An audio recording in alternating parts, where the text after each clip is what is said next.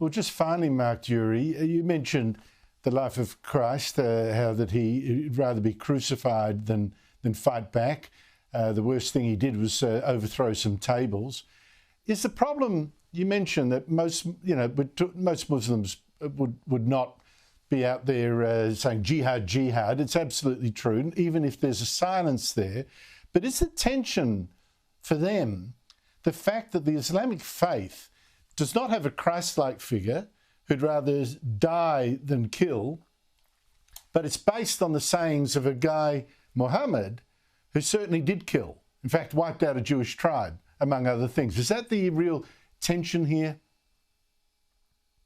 I think there's a fundamental difference in the way in which Jesus responded to persecution and the way in which Muhammad responded to persecution.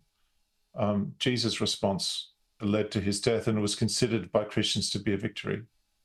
In the Islamic frame, the victory was Muhammad's defeat of those that had opposed him.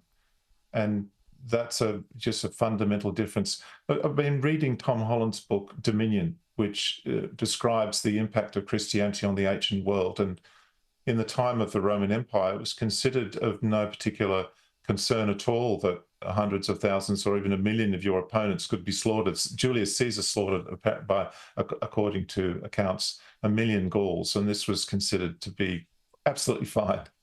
And what changed that was the influence of Christianity, that it was considered to be honourable to be vulnerable. It was considered to be a good thing to be righteous, but yet hurt, And that means that Christians respond to experience of persecution potentially very differently. And it's foundational. Actually, I think the valuing of minorities and of vulnerable people comes out of that Christian tradition in the Western tradition. Whereas in the Islamic tradition, non-Muslim groups have been kept in a subjugated state and not considered to be inferior and rejected. So what you're seeing, I think what we're seeing is a kind of a tension, a challenge between two completely different worldviews. The problem with our society is that secularism has taken us to a place where many are religiously illiterate. We're not able to understand the spiritual drivers of who we are and our culture. And we're completely perplexed by a very different religious and spiritual worldview.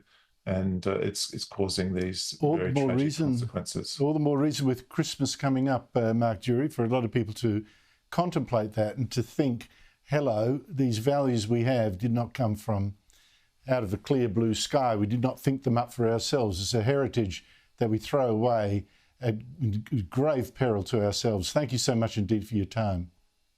It's a pleasure. Thank you, Andrew.